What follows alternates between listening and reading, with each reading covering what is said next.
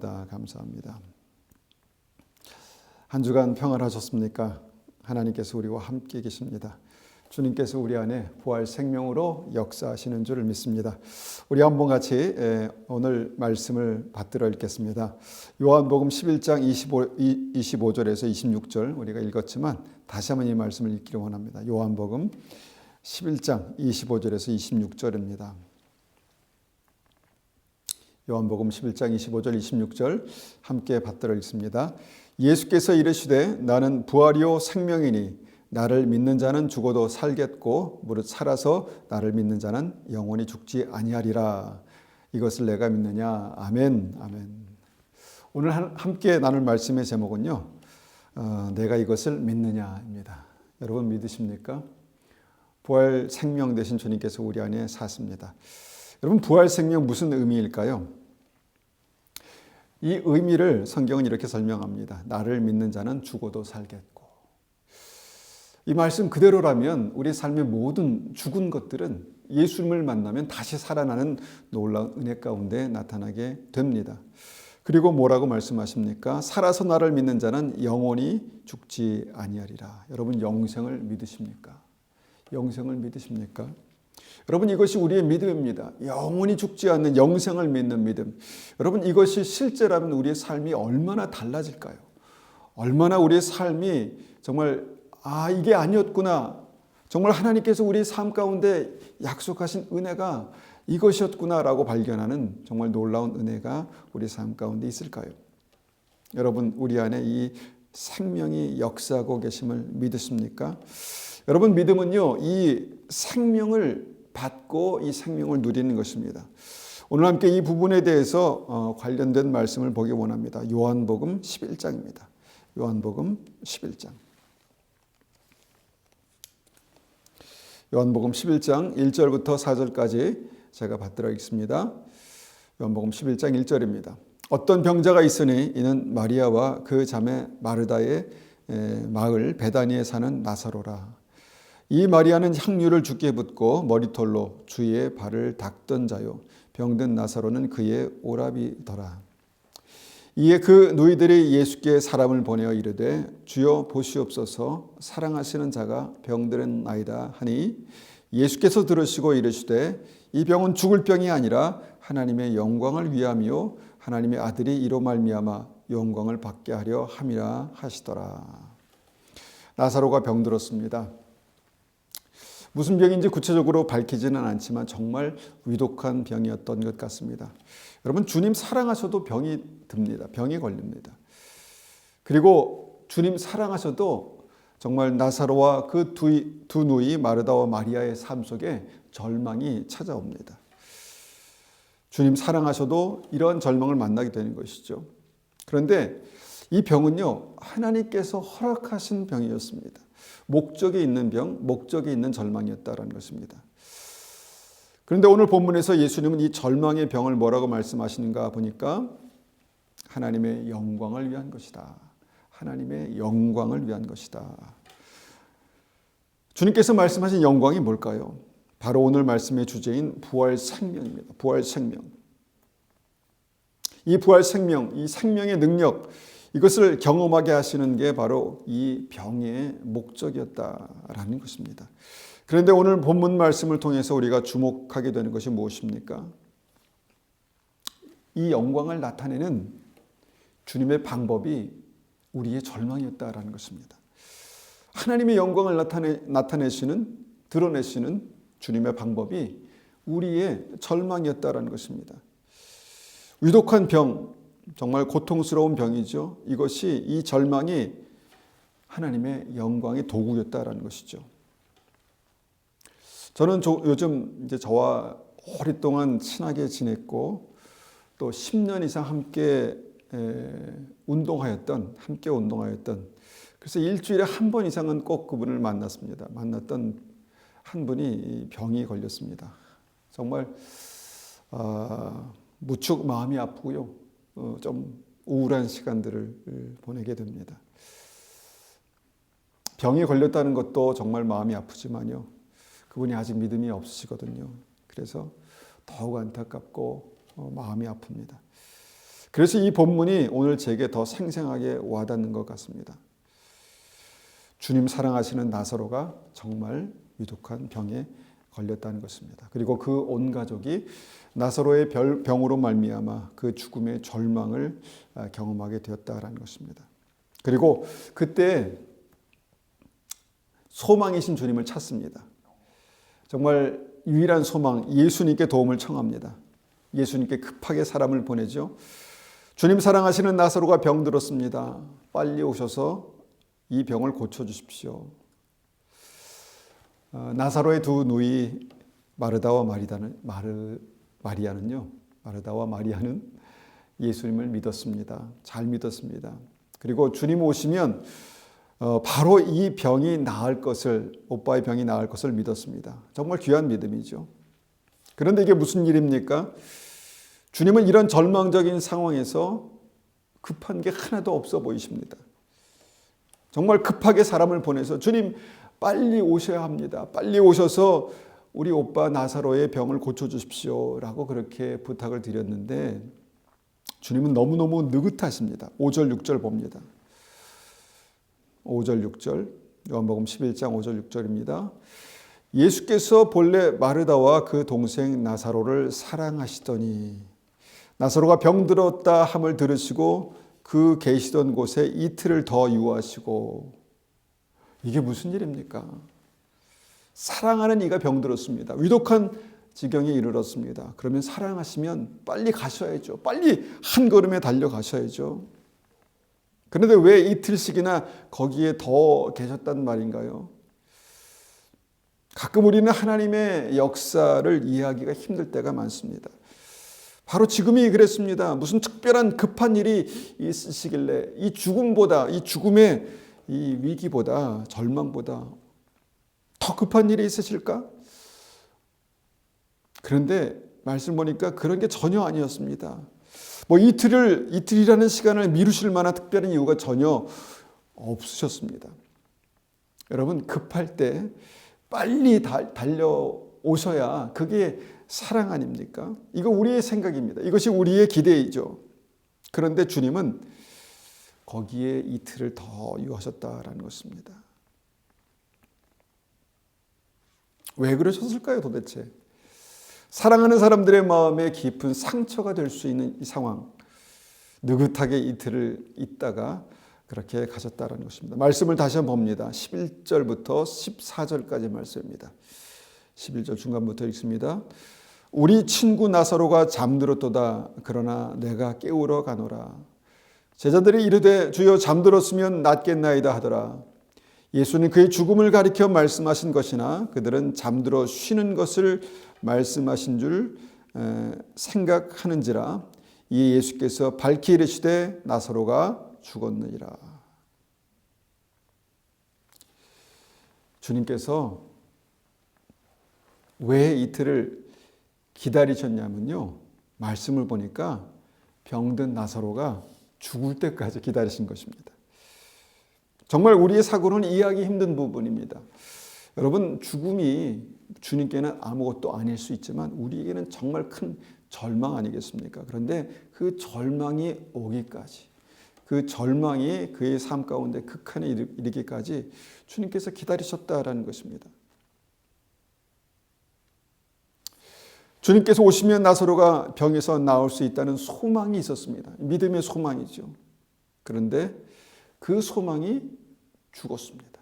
그리고 나사로도 죽었습니다. 이 죽음이 나사로의 가족들에게는 어떻게 이해가 될까요? 예수님의 사랑, 예수님을 신뢰하는 그 믿음, 그것의 큰 배신, 이것이 총체적으로 죽음이 아니었을까 생각합니다. 주님의 방치와 방관, 이유 없이 시간만 끌다가 골든타임을 놓치게 된 것입니다. 죽은 것입니다. 그런데 성경은 이 시점에서 무엇을 말씀하시려는 것일까요? 우리의 골든타임과 다른 시간, 하나님의 골든타임을 말씀하시는 것입니다. 하나님의 영광이 나타나는 시간, 하나님의 능력이 나타나는 시간, 하나님께서 우리에게 믿음의 새로운 장을 여시는 그 시간, 하나님의 골든타임이 여기 있었다는 것입니다. 11절 보니까 드디어 우리 친구 나사로가 잠들었도다. 그러나 내가 깨우러 가노라. 드디어는 제가 이제 집어넣은 말입니다. 드디어 주님께서 생각하시는 그 시간, 우리 친구 나사로가 잠들었도다. 그러나 내가 깨우러 가노라. 우리의 골든타임을 한참 지나서 이제 됐다 말씀하시는 그때 하나님의 골든타임이 시작되었다라는 것을 보게 됩니다. 여러분, 이런 경험들이 많지 않으신가요? 모세의 골든타임, 모세의 삶을 주님께서 쓰시고 그의 삶 속의 영광을 나타내실 수 있는 아주 기가 막힌 타이밍이 언제였을까? 우리의 생각에는요, 모세가 정말 건강하고 그 힘과 권세가 있었던 모든 것이 충만했던 40대가 아니었을까 생각하지만, 이것이 인간의 골든타임이었지만 하나님의 골든타임은요, 그가 모든 것을 다 잃어버리고 버려지고 또 모든 기운이 다 빠져버린 80대였습니다. 이해가 가지 않는 대목이죠. 믿음의 조상 아브라함의 골든타임은 언제였을까요? 말씀 보니까 이분의 골든타임도 100세가 넘는 시점이었습니다. 이제서야 내가 너에게 믿음을 보았다. 네가 나를 격려한 줄 알았다. 이렇게 말씀하시죠. 그의 인생의 하이라이트, 하나님의 골든타임이 100세가 넘는 시점에서 그에게 열렸다라는 것입니다. 여러분, 하나님의 영광이 나타나는 그 카이로스의 시간, 하나님의 골든타임, 하나님의 영광이 나타나는 완벽한 시간, 이것은요, 우리의 삶 가운데 참 우리와 우리의 생각과 우리의 경험과 맞지 않을 때가 많다라는 생각을 합니다. 특별히 오늘 부활 생명을 경험하게 된 그 축복의 시간, 그 완벽한 타이밍, 그것이 바로 이때였다라는 것이죠. 나사로가 죽었을 때, 가장 큰 절망을 경험했을 때. 여러분, 이런 관점에서 우리가 주님의 그 말씀들, 하나님의 말씀들을 우리가 다시 한번 보게 됩니다. 여러분, 예수님의 골든타임 언제였을까요? 5,000명을 먹으실 때, 우리는 이때를 정말 우리의 느낌에는 이때가 바로 하나님의 정말 능력이 나타나고 권세가 나타나는 그런 피크, 골든타임이 아니었을까 이렇게 생각하지만 아니었습니다. 12명의 제자를 부르시고 나중에는 70인의 제자들이, 헌신된 제자들이 주님을 따라다닐 때 그 무리가요 80명이 함께 확 지나갈 때 얼마나 대단했을까요? 근데 그때가 주님의 골든타임이 아니었다는 것입니다. 그런데 주님의 골든타임이 언제였습니까? 그 십자가 위에서 주님께서 다 이루었다라고 말씀하시는 그때였습니다. 주님의 사명이 완성되는 그 시간, 그 골든타임이 바로 십자가 위에서였다라는 것입니다. 여기서 우리는 이 본문과 관련해서 한 가지 말씀을 떠올려 볼 수 있습니다. 바로 마태복음 16장 24절인데요. 우리가 익히 아는 말씀이죠. 제가 한번 읽어보겠습니다. 마태복음 16장 24절입니다. 예수께서 제자들에게 이르시되 누구든지 나를 따라오려거든 자기를 부인하고 자기 십자가를 지고 나를 따를 것이니라. 특별히 오늘 부활 생명을 우리가 이야기하는 이 하나님의 골든타임에서 바로 십자가를 다시 한번 생각하게 된다는 것입니다. 오늘 말씀의 핵심이죠. 주님 사랑하시는 가족들이 위독한 병에 걸렸고 그 병 때문에 나사로가 죽었습니다. 십자가죠. 죽음이죠. 그들에게 주님 오시면 나사로가 나을 거야 라는 기대가 있었지만 그 기대는 완전히 비껴나갔습니다. 자기를 부인하고 자기의 생각, 기대, 자기의 믿음, 이것들이 완전히 부인되는 그런 시점입니다.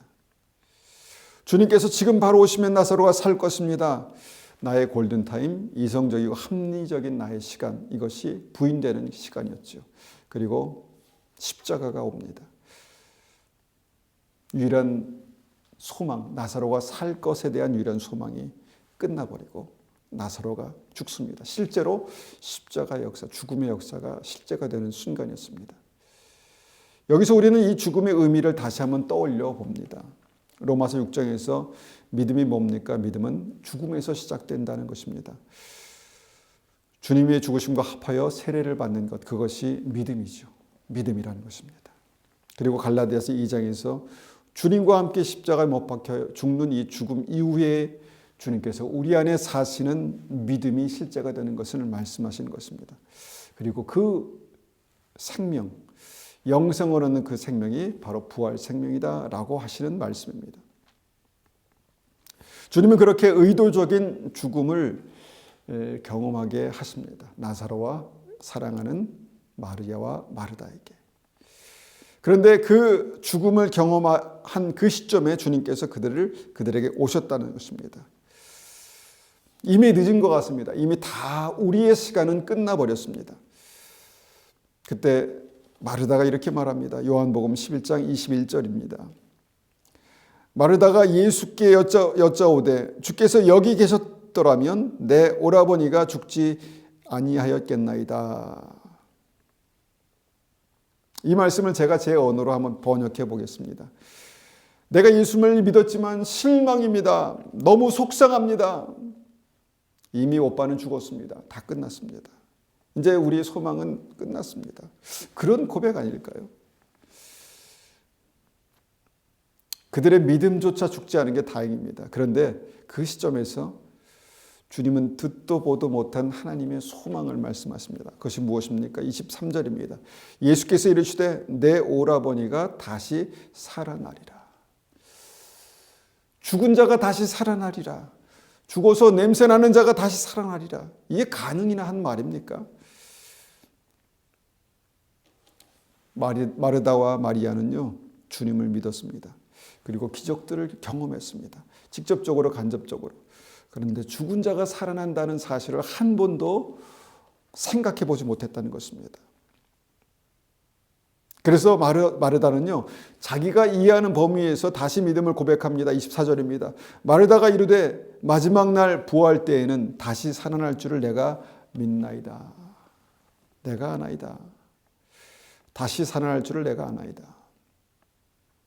우리가 부활, 다시 살아난 하나님의 능력은 정말 우리가 마지막 날 새로운 몸을 입고 부활할 것에 대해서 우리가 모두 아마 믿는 줄 압니다. 그 믿음을 고백한 것입니다. 마지막 날 부활 때는 다시 살 줄을 믿습니다. 이 정도의 믿음도 이 절망 가운데는 대단한 믿음이라고 봅니다. 그런데 주님은 그때 새로운 차원의 믿음을 말씀하십니다. 무엇입니까? 25절, 26절 오늘 우리가 읽었던 본문입니다. 예수께서 이르시되 나는 부활이요 생명이니 나를 믿는 자는 죽어도 살겠고 무릇 살아서 나를 믿는 자는 영원히 죽지 아니하리니 이것을 내가 믿느냐. 여러분 이것을 믿으십니까? 믿음 좋은 마르다와 마리아가 이 부활 생명을 잘 이해하지 못했습니다. 여러분 마르다와 마리아뿐만 아니라 우리에게도 예수님은 부활이고 생명이십니다. 나는 부활이요 생명이라 말씀하셨기 때문에 예수님은 부활이요 생명이십니다. 주님을 믿는 자는 죽어도 살 것입니다. 그리고 살아서 믿는 자는 영원히 죽지 않을 것입니다. 내가 이것을 믿느냐? 여러분 믿으십니까? 여러분 이것을 믿으십니까? 여러분 이 믿음이 실제가 되기를 원합니다. 여러분 다시 살리시는 하나님의 능력은 실제입니다. 영생이 있습니다. 살아서 믿는 우리는 영생을 경험하게 될 것입니다. 그런데 현실은 어떻습니까? 이 죽음의 벽, 절망의 벽을 쉽게 넘어가지 못하는 게 실제입니다. 믿음이 있어도 마찬가지입니다. 병을 만나면 한없이 약해지고요. 아픔을 만나면 참 절망스럽습니다. 아픔으로 인한 고난도 싫습니다. 죽음은 여전히 두렵습니다. 이게 우리의 믿음의 한계 아니겠습니까? 제게도 이런 절망을 경험하는 사건이 있었습니다. 이전에도 한번 말씀드렸지만 제가 고등학교 3년 동안 류머티즘과 축농증으로 고생했던 시절이 있었습니다. 처음 병이 생기고 1년간은요 기도하면서 하나님께서 고쳐주실 거야 라는 그런 믿음이 있었습니다. 어렸지만 순수한 믿음이 있었습니다. 그런데 2년쯤 될 때는요, 그 믿음이 흔들리더라고요. 하나님 고쳐주실까? 하나님께서 고쳐주실까? 근데 3년쯤 돼서는요, 낫기를 포기했습니다. 안 되는구나. 어쩔 수 없구나. 안 되는구나. 그리고 4년쯤 되니까요, 그 믿음이 흔들리더라고요. 믿음 자체가 흔들렸습니다. 하나님께서 나를 사랑하시나? 하나님 살아계시긴 한 것인가?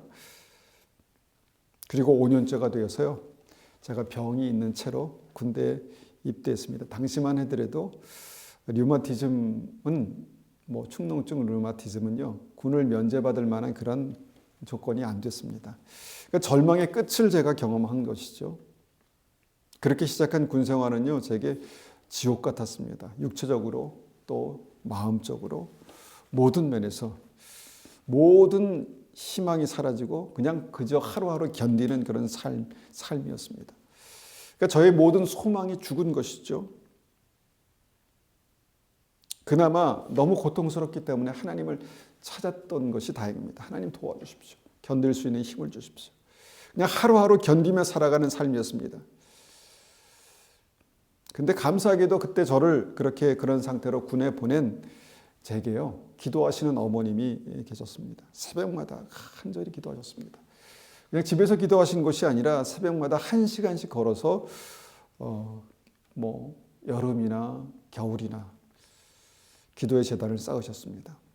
그런데 그렇게 기도하신 한 1년 반 정도가 지났을 때 하나님의 기적이 나타났습니다. 제 병이 나았습니다. 제 병이 다 나았습니다. 쉽게 말씀드리지만 정말 제게는 놀라운 기적, 놀라운 은혜였습니다. 아마 생각해 보니까 제가 그때 경험한 것이 첫 번째 부활 생명이 아니었나 생각합니다. 모든 죽었던 것들이 다시 살아나는 은혜를 경험했습니다. 아마 그때 이후로 제가 하나님을 다시 만났던 것 같습니다. 하나님을 다시 만났습니다. 정말 생명이신 주님, 부활 생명이신 주님을 다시 만났습니다. 그 시간 이후에 저는 몇 차례로 정말 그런 과정들이 또 있었습니다. 병은 나았지만 군생활이 여전히 힘들었죠. 믿음을 지키려고 안간힘을 썼지만 핍박이 있었고요. 어려움이 있었습니다. 그런데 하나님께서 군생활 중간쯤에 제 보직을 보병에서 군중병으로 옮기셨습니다. 이건 말도 안 되는 일이었습니다. 기대도 할 수 없는 일이었습니다. 그리고 그 800명 정도가 있는 대대 군중병으로 그렇게 일하게 되었죠. 기적이었습니다. 기적. 그러니까 모든 것이 죽었던 제 삶 속에 하나님의 부활 생명이 역사하시는 그런 순간순간들이 분명히 있었습니다. 그 이후에도 계속해서 그런 일들을 경험하게 됐습니다. 제가 헌신해서 하나님께서 저의 삶을 캐나다로 인도하셨습니다. 그리고 모든 것들이 정말 불확실한 상황에서 하나님께서 하나하나 길을 여셨는데요. 신학대학원에 입학할 수 있는 길을 여셨습니다. 이것도 기적이었습니다. 한 번도 상상해 보지 못했던 방법으로 길을 여셨습니다. 그 후에 주님께서 개척하게 하시고 지금까지 사역하게 하시면서 모든 부분에서 정말 나의 한계는 여기까지야라고 그렇게 고백하고 그렇게 한계의 끝을 경험하는 그 순간에 하나님께서 다시 살리시는 하나님의 능력을 경험하게 되었습니다. 다시 돌이켜보면 이런 모든 믿음의 역사, 믿음의 어떤 정점에서 절망이 있었지만 동시에 소망이 역사하시는 부활 생명의 역사가 있었다는 것입니다. 주님께서 저에게도 또 여러분에게도 이렇게 말씀하신다 믿습니다. 내가 이것을 믿느냐? 여러분 믿으십니까? 우리가 믿습니다라고 고백합니다. 내가 이것을 믿느냐라고 마리아와 마르다에게 주님께서 말씀하셨을 때 아마 그들도 믿습니다라고 그렇게 말하지 않았을까 생각됩니다. 그런 마르다와 마리아를 주님께서 그 절망의 입구로 인도하셨습니다. 바로 나사로의 무덤이죠. 죽은 지 4일이나 돼서 정말 냄새가 나는 그 나사로의 죽음이 있는, 완벽한 죽음이 있는 무덤에 섰습니다.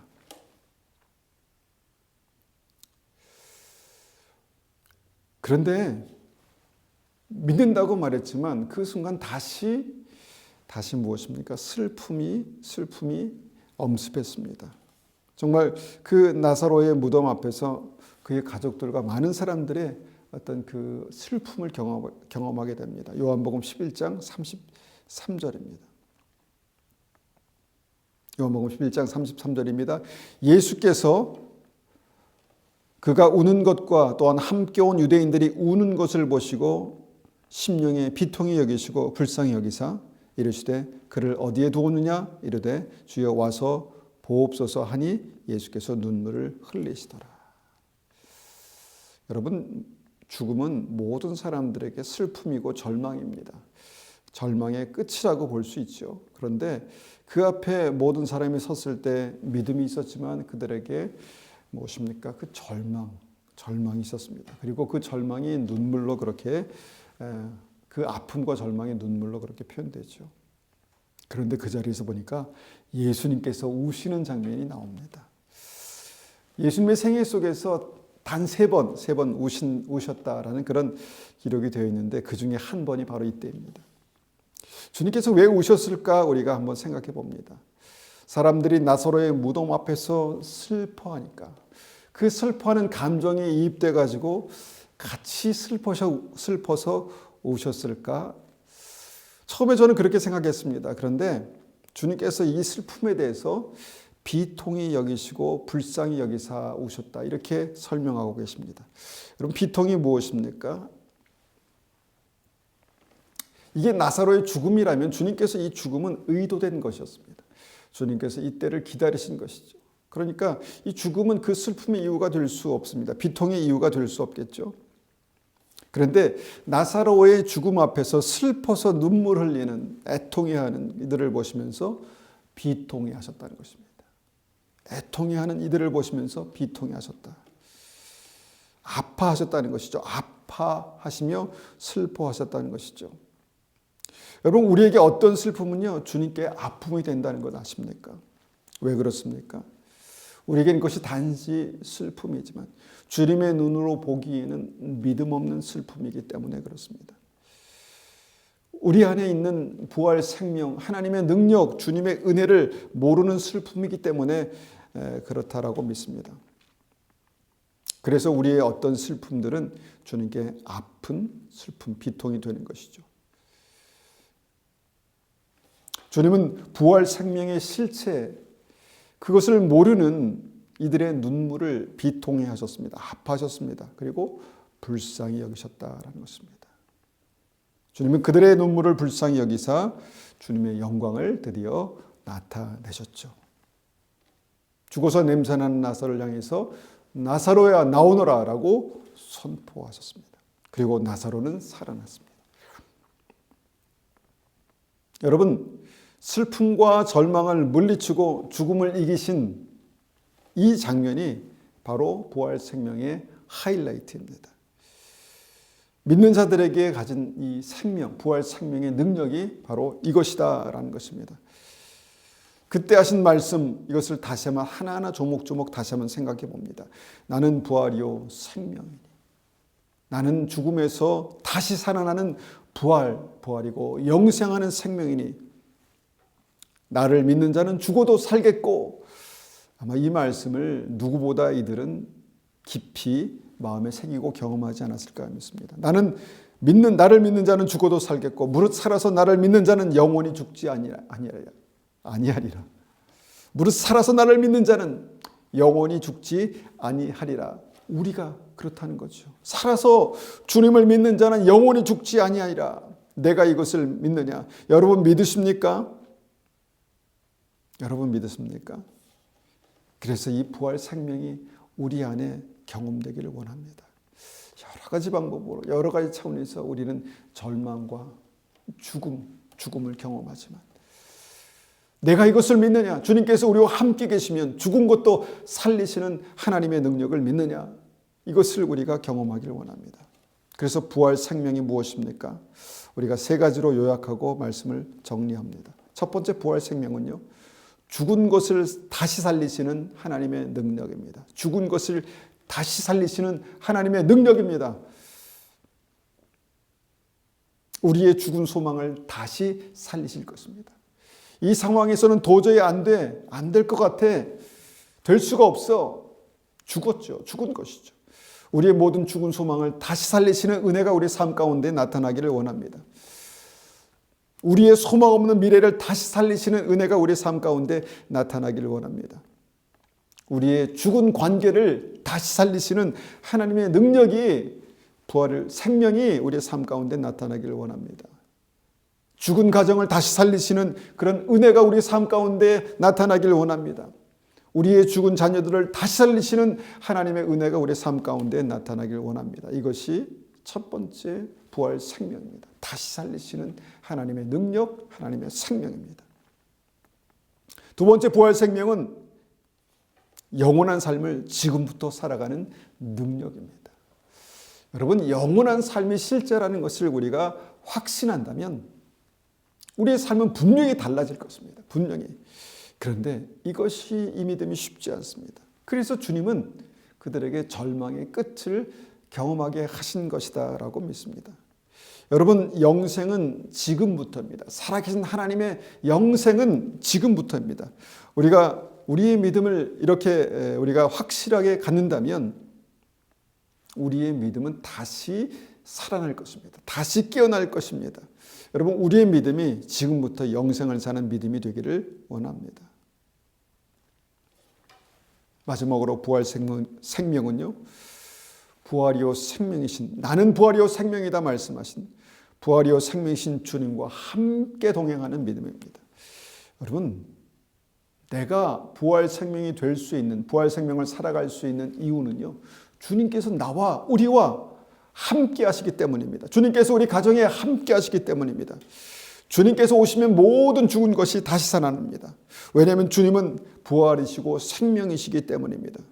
여러분, 부활이요 생명이신 주님을 우리 삶 가운데 초청하십시오. 주님과 동행하십시오. 주님을 더 깊이 만나십시오. 그런 은혜가 우리 삶 가운데 있기를 원합니다. 나는 부활이요 생명이니 나를 믿는 자는 죽어도 살 것이요 살아서 나를 믿는 자는 영원토록 죽지 아니하리라. 이 말씀이 우리의 삶 속에 하나님의 능력으로 그렇게 경험되시기를 축원합니다. 우리 한번 같이 이 말씀을 가지고 기도하겠습니다. 이 말씀을 가지고 함께 기도할 때 주님 부활 생명이 우리의 삶 속에 동일하게 경험되는 은혜가 있게 도와주십시오. 그렇게 한번 같이 기도하겠습니다. 아버지 하나님, 그렇습니다. 우리 삶 속에 정말 영생의 정말 영원한 생명, 부활 생명, 죽은 것을 다시 살리시는 그 생명을 경험하는 은혜가 있기를 원합니다. 그래서 우리가 살아서 주를 믿다가 영생하는 그 은혜가 우리 삶 가운데 경험되기를 원합니다. 우리가 고통을 지나고 절망을 지나지만 하나님, 그 고통과 절망에서, 그 죽음에서 우리를 다시 살리시는 하나님의 은혜, 하나님의 생명을 경험하는 것이 믿음이라고 주님께서 분명히 말씀하셨는데, 우리의 삶 속에 이 부활절에 다시 한번 그 부활 생명, 나는 부활이요 생명이라 말씀하시는 그 부활 생명을 다시 한번 더 깊이 깨달아 알기를 원합니다. 이것을 경험하기를 원합니다. 하나님, 우리의 삶 가운데 절망이 있습니다. 우리의 삶 가운데 아픔이 있습니다. 이 절망과 아픔을 통해서 우리가 죽을 것 같은 그런 고통, 죽을 것 같은 상황들을 경험합니다. 그리고 죽었습니다. 그런데 주님, 이 모든 것을 다시 살리시는 주님의 은혜가 우리의 삶 가운데 나타나기를 원합니다. 모든 죽은 것을 다시 살리시는 주님의 은혜가 우리 삶 속에 경험되기를 소원합니다. 주님, 붙들어 주시옵소서. 우리가 부활 생명 되신 주님을 찬송합니다. 주님, 우리 안에 거하시옵소서. 지금은 우리 주 예수 그리스도의 은혜와 하나님 아버지의 극진하신 사랑하심과 성령님의 충만하심과 인도하심이 우리가 주님을 믿음으로 우리의 삶 속에 영생하는 그 부활 생명의 역사가 날마다 우리의 삶 가운데 경험하기 원하는 우리 성도님들 머리 위에, 가정 위에, 교회 위에 지금부터 영원토록 함께 하시기를 축원하옵나이다. 아멘.